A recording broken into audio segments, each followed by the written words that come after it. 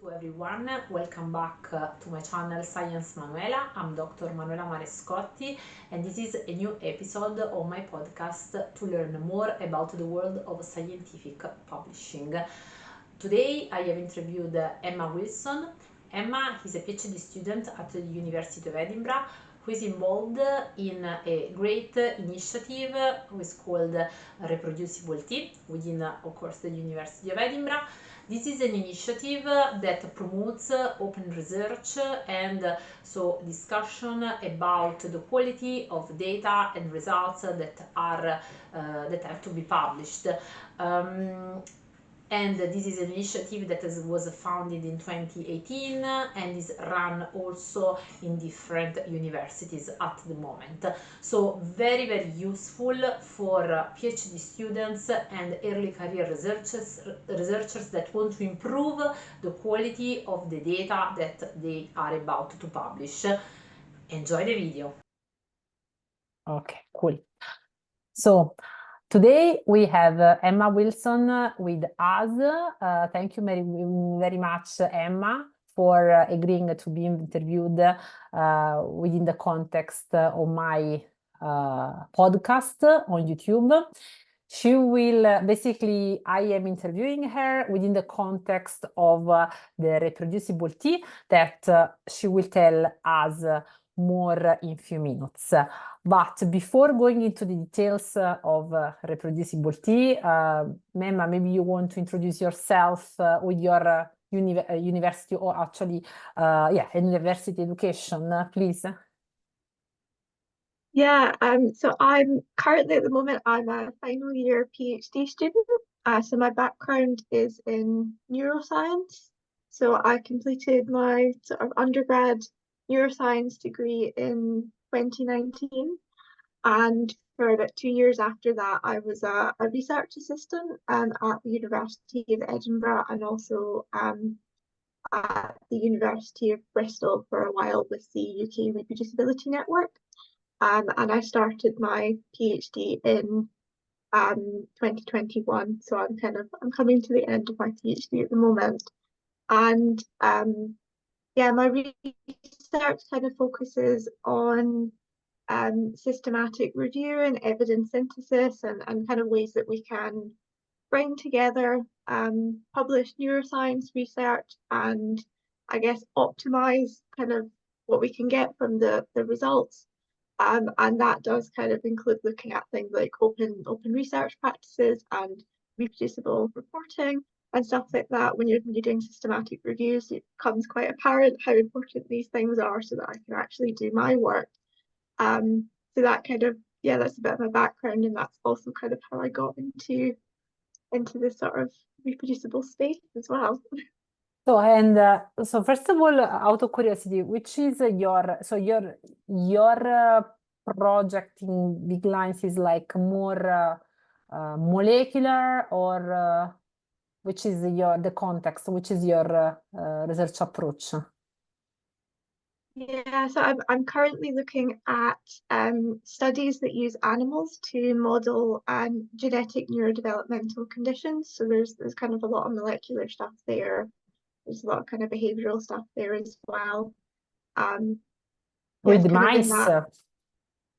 Yeah, a lot of rodent research. Yeah. Okay. How did you learn about the ReproducibiliTea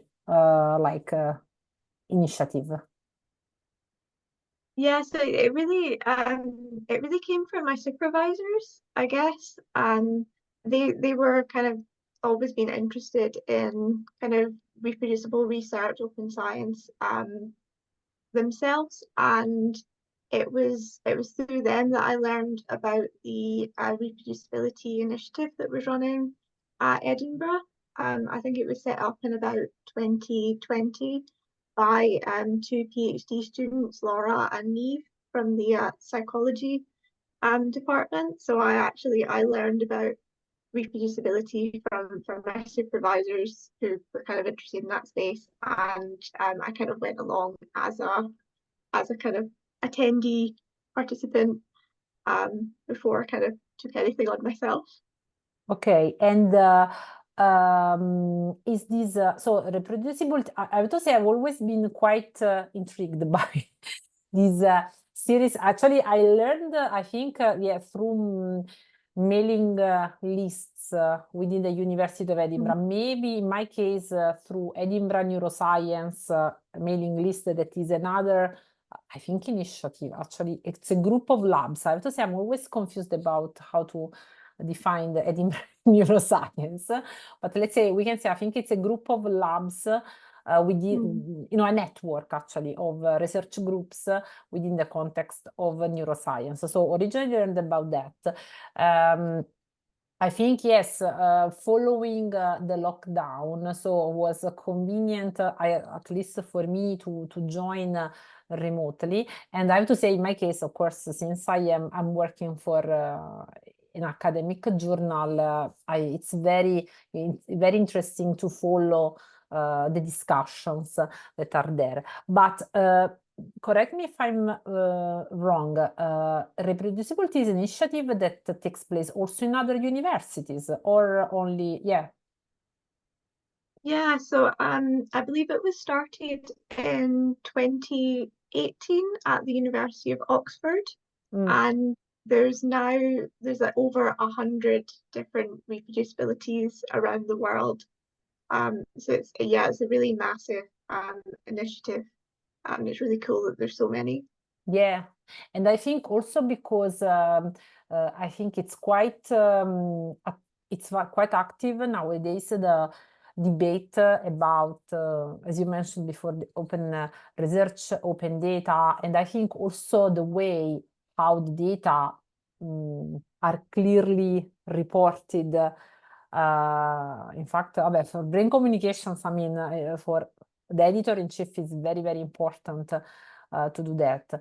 In fact, I mean, there are, I will add to the description of the video the link of the YouTube channel where anyone can find the previous like meetings, the recording of the previous meetings, at least of the ReproducibiliTea of the University of Edinburgh. Now, I don't know the other ones. I may do a bit of research to see around, but because I think they could be very interesting debates to attend. So, and so which is your role within this initiative? Yeah, so my role is I guess kind of like general organizer of the session. So yeah, we run monthly sort of seminar journal club sessions. We run them online on Teams. It was something that we started kind of during the COVID lockdown, obviously, and we kind of continued just because it was quite convenient. Edinburgh's quite big, so everyone could kind of meet on Teams rather than in person. And external people could come along as well. So yeah, a big part of my role is kind of looking for different speakers that might be interested to come along and give a session at Edinburgh ReproducibiliTea. Also kind of sorting out like the mailing lists and how do we advertise to different parts of the university, how do we get different parts of the university involved, and also kind of hosting the sessions on the day as well. So kind of being there to hit the record button so that everything can go up to our YouTube channel as well, introduce the speakers, etc. And we do have a kind of a small team of volunteers that helps out as well. So can do things like uploading our recordings to YouTube. Any kind of like if I'm not available to host a session one day, someone could come in. More trying to like find speakers, find different avenues that we can kind of get people interested in reproducibility. Yeah, so there's lots of kind of involvement, and I'm kind of the sort of the coordinator, I guess. Okay. So it's also a practice in managing, let's say, events with that like that context and people. So which are from you that of course you have followed, I mean, attended the majority of these seminars, yeah. Which are, do you think, the hot topics within open research, or hot topics, or more troubled topics of the moment? Yeah, one of the ones that we did recently with Kavi, he looks at sort of image duplication and fraud and things like that. That was a really interesting session that we got. Kavi has been coming along to our reproducibility sessions for a while, and he was like really keen to talk about the sort of, I guess, the more sinister side of science and science publishing, the sort of photoshopping Western blots and things like that. So it was a really insightful presentation that he gave. It was a very terrifying one as well, sort of as someone who reads scientific publications, someone who's trying to bring everything together in systematic reviews. It was a little bit scary, but it was just so interesting, kind of working out what he does. And one of the things that he does is actually bring together the sort of duplicate images in these little animations, so you can actually clearly see where sort of potential like photoshopping, copying of stuff has happened. That is really interesting. So is this person paid by the journals, or is an academic? No, he works separately from the journals. It's kind of like an independent. Okay. Yeah. So he's one of the sleuths that kind of works with Elizabeth Vick and people like that. Okay, Yeah. I'm really curious because it's super. Yeah, I will look for this video. I will add also this video in particular to the video description, but the link to the video description. But because I have to say, actually, on this topic, you made me think. Recently, there was a paper published. So I work for Brain Communications, and someone flagged a paper published with us, and published, of course, somewhere else, where they were saying that there was maybe duplication of a Western blot.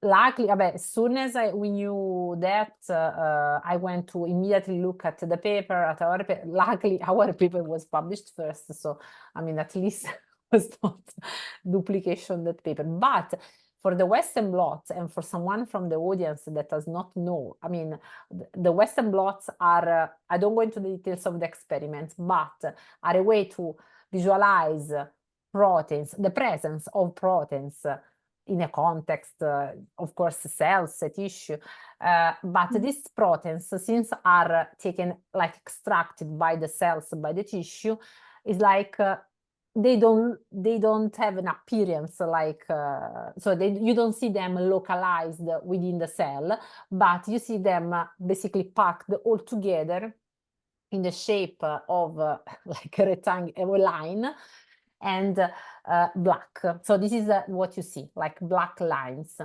And it's impossible. If if it's already super difficult, I have to say I really go through many papers working for a journal. So it's impossible to identify images that are even more clearly, recognizable.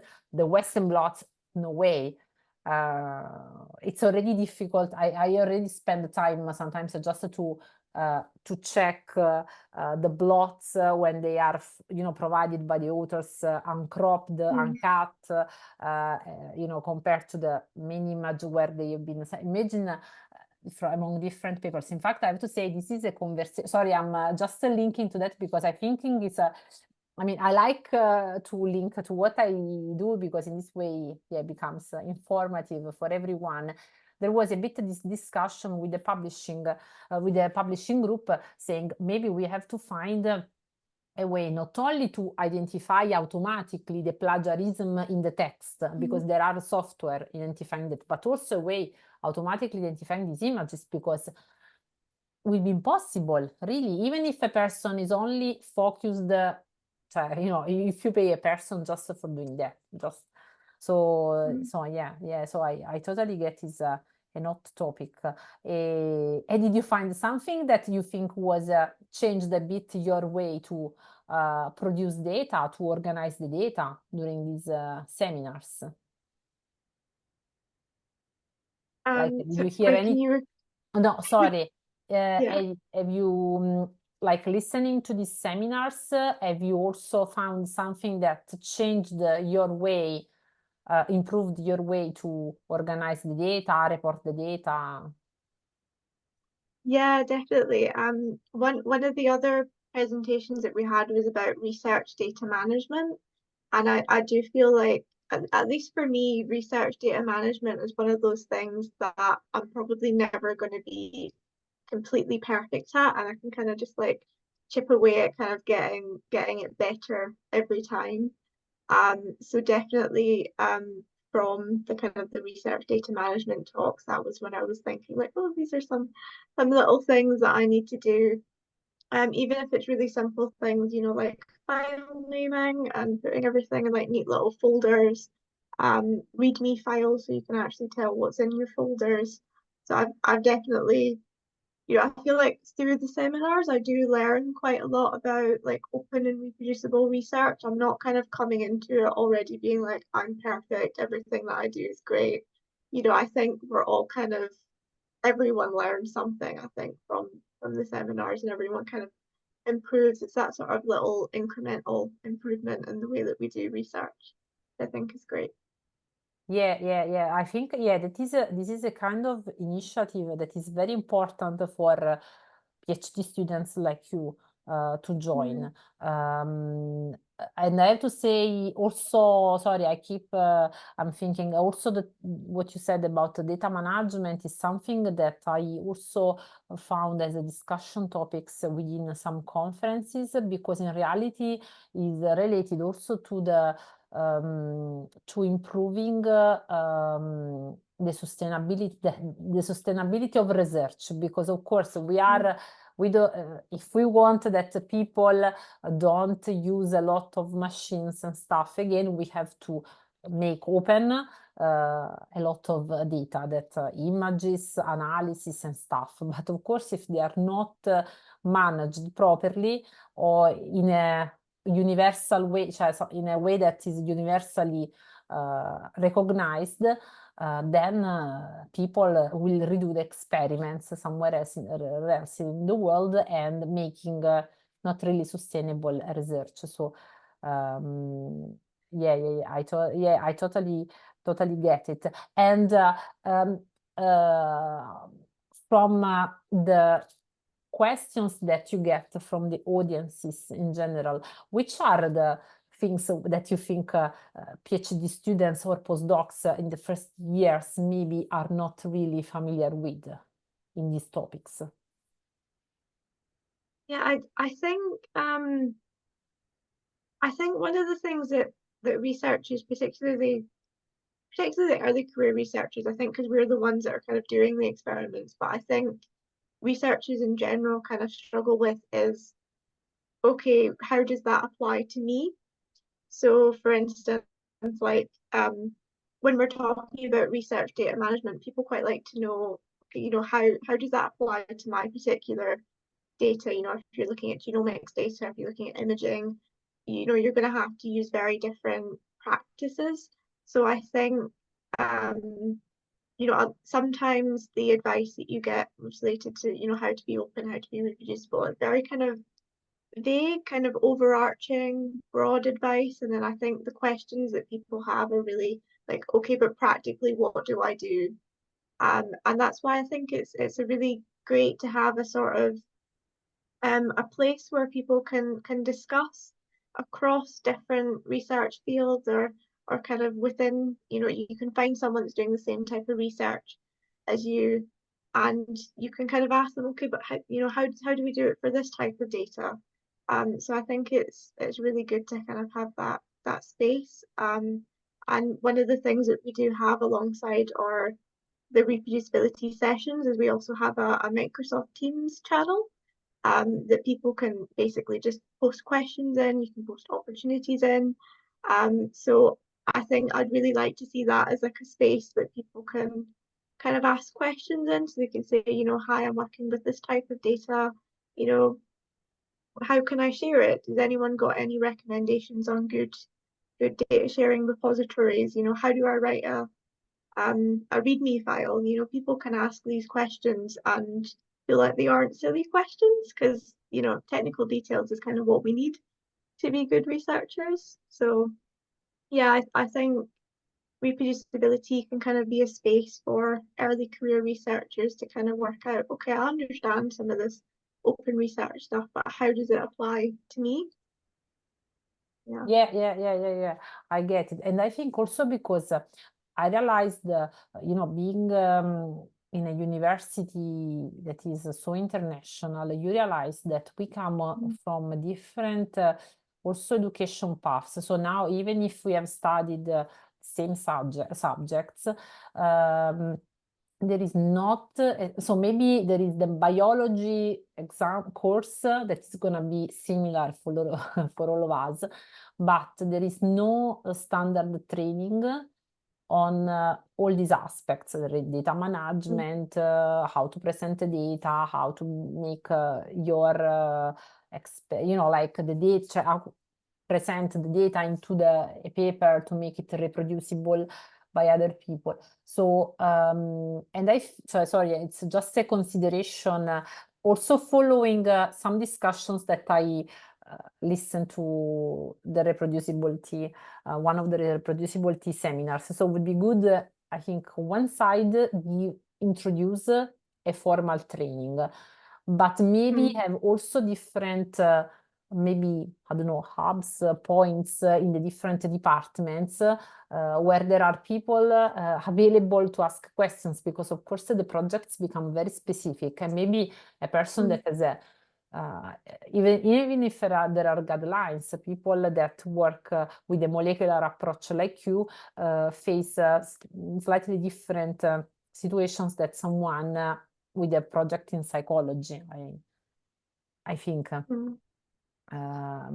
So I think that is important, super important, yeah, that we have this discussion going on and these meetings. So so basically, when they will start now the next session of meetings for the next academic year?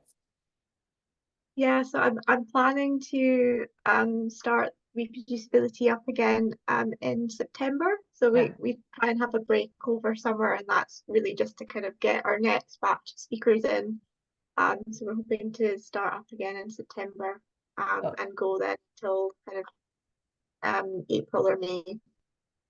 Yeah. So this will be your last year of PhD, basically, and you are involved in this for the last year in this initiative. Okay. Yeah, and I will well, I say now, I have to say, I don't remember the date, but I will talk at one of the dates about the structure of peer-reviewed journals. That is another like thing that is not always very well known. So I'm super happy for that. But I will I want to share anyway. I will share all the details to be in the mailing list into the description of the video, but because I think it's very important, as I said, to take part as a listener, as an audience, but also maybe also to support like you do. It's a way for you know, to keep this like learning process for other people, but also for whoever is involved in helping. So, and I have just one last question for you. So which is your, based on all these seminars thing that you have, discussions that you have attended, which is your advice for those people who want to improve their background in publishing their own research? Something, like, your advice. Yeah, I guess well, it's a very difficult question. But yeah, I think sorry, can I can I just check? Would you mean publishing research? You mean like publishing like No, reproducible? like, yeah, or yeah. just I mean, publishing? I'm just saying, if this is, which is your advice in terms of maybe, yeah, also attending these seminars could be a way to be trained. Is there other ways you think that they can work on to improve this aspect based on what you learned? Because just you have heard, I think, several speakers maybe that are involved in different also initiatives, activities. Any other tip for whoever wants to improve? Yeah, I think the best advice that I can give is to, I guess, like really like try your best when you're getting into publishing your research, but also um remember that baby steps is fine. One of the seminars that we did was on a buffet approach to open research.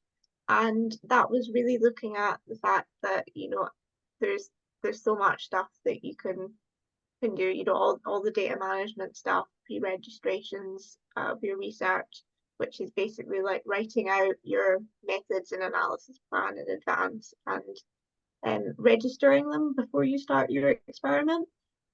There's so much stuff that you can do, but it's also very overwhelming.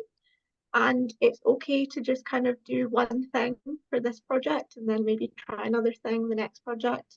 I think as long as the work that you're doing, has integrity in it, as long as the methods that you're using are robust and you're reporting everything well, your research will be good quality and you should be able to publish it. But in terms of like kind of getting there with like the openness stuff, sharing your data sets, the first data set you share might not be amazing, the metadata might not be great, but that's fine and you can kind of learn. And it's all this sort of, particularly for early career researchers, I think it's kind of the process of learning and kind of improving. Yeah, I hope Yeah. that answered the question. Yeah. No, and I have to say, I was thinking, no, but I'm listening a lot to what you say. So, no, and actually, I agree with, at least from my point of view, with the baby steps. It says, it's true, it's difficult to find a way to be always to know everything about research integrity or open research, how to present in the best way the data. But of course, if you have to do baby steps within your project, then by the time, I suppose, one will make experience based, but becomes always an experience I think, very specific. It's difficult that someone knows everything about any kind of analysis and type of data. So I agree with you, and I think I just want to take the opportunity again to encourage people from the audience. I think, sorry, I don't want to say something wrong. The people that can attend the reproducible tea within the University of Edinburgh should be part of the University of Edinburgh. Right. No. It's open for anyone to attend actually. So we Okay. have external people coming along sometimes. It's mostly Edinburgh people, and sometimes the conversations might get a little bit Edinburgh specific in the discussion sessions kind of after the presentation, but it's open to anyone. Okay, that's good to know. So yeah, so whoever is interested in learning more through the reproducible tea of the University of Edinburgh can, as I said, I will leave the main details to join the newsletter to know about the seminars. The next seminars are available on YouTube. So, that would be all a good way to learn. I'm a very, in general, I'm a person that is very supportive of these initiatives that support PhD students and early career researchers, because yeah, sometimes, as I said before, everyone has an experience depending on the lab, and that is not the same everywhere. So, but thank you very much, Emma, for your time and for telling us about this initiative and your experience. And if anyone has questions for Emma, they can write it into the comments. And otherwise, if they write to me, I can forward to Emma for a reply. Thank you. Thank you for having me. Thank you very much for your attention, and thanks to Emma for her time and sharing her experience. Don't miss the opportunity to join this kind of initiative, because they may be very useful to learn more about the quality of the data that you are about to publish, or how to improve, how to make sure that you are preparing the data and you are running analysis in the most correct way. If you would like to hear more about these topics, subscribe to my channel, like this video and share it with your friends and colleagues that may be interested in this kind of topics. Bye!